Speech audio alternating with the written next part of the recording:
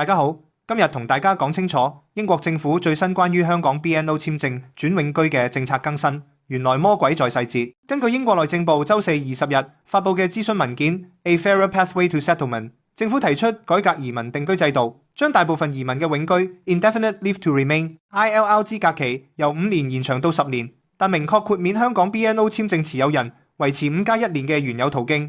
不過，文件列出5項強制要求 （mandatory requirements）。包括英文水平達到 B2 程度，相當於 A level 水平。過去3至5年，年收入高於12,570英鎊，約128,300港元，相當於個人免稅額水平。冇犯罪記錄，冇欠稅或者政府債項，以及通過 Life in the UK 考試。現行準則下 ，BNO 持有人申請永居，只需證明英文達 B1 程度，並冇入息要求。內政部週5 21日向媒體確認 BNO 簽證持有人申請永居時，將需符合文件所列嘅入息要求。同樣適用於英文 B2 水平，但最終安排視諮詢結果而定。諮詢期至2026年2月12號。內政大臣 Shabana Mahmood 喺國會重申 ，BNO 路線係獨立處理 （process separately）。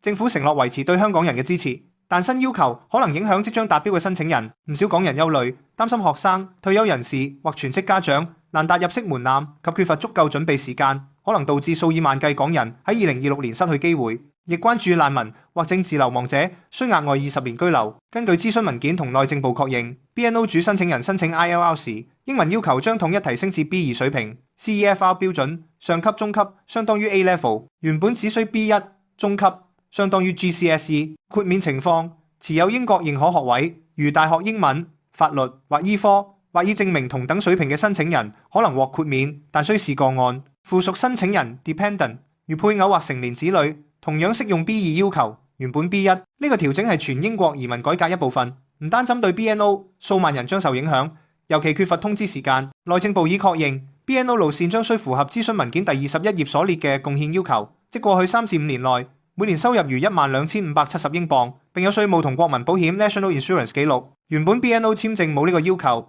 只需證明財政獨立，如用儲蓄。影響學生、退休人士或冇固定收入嘅全職家長可能難達標。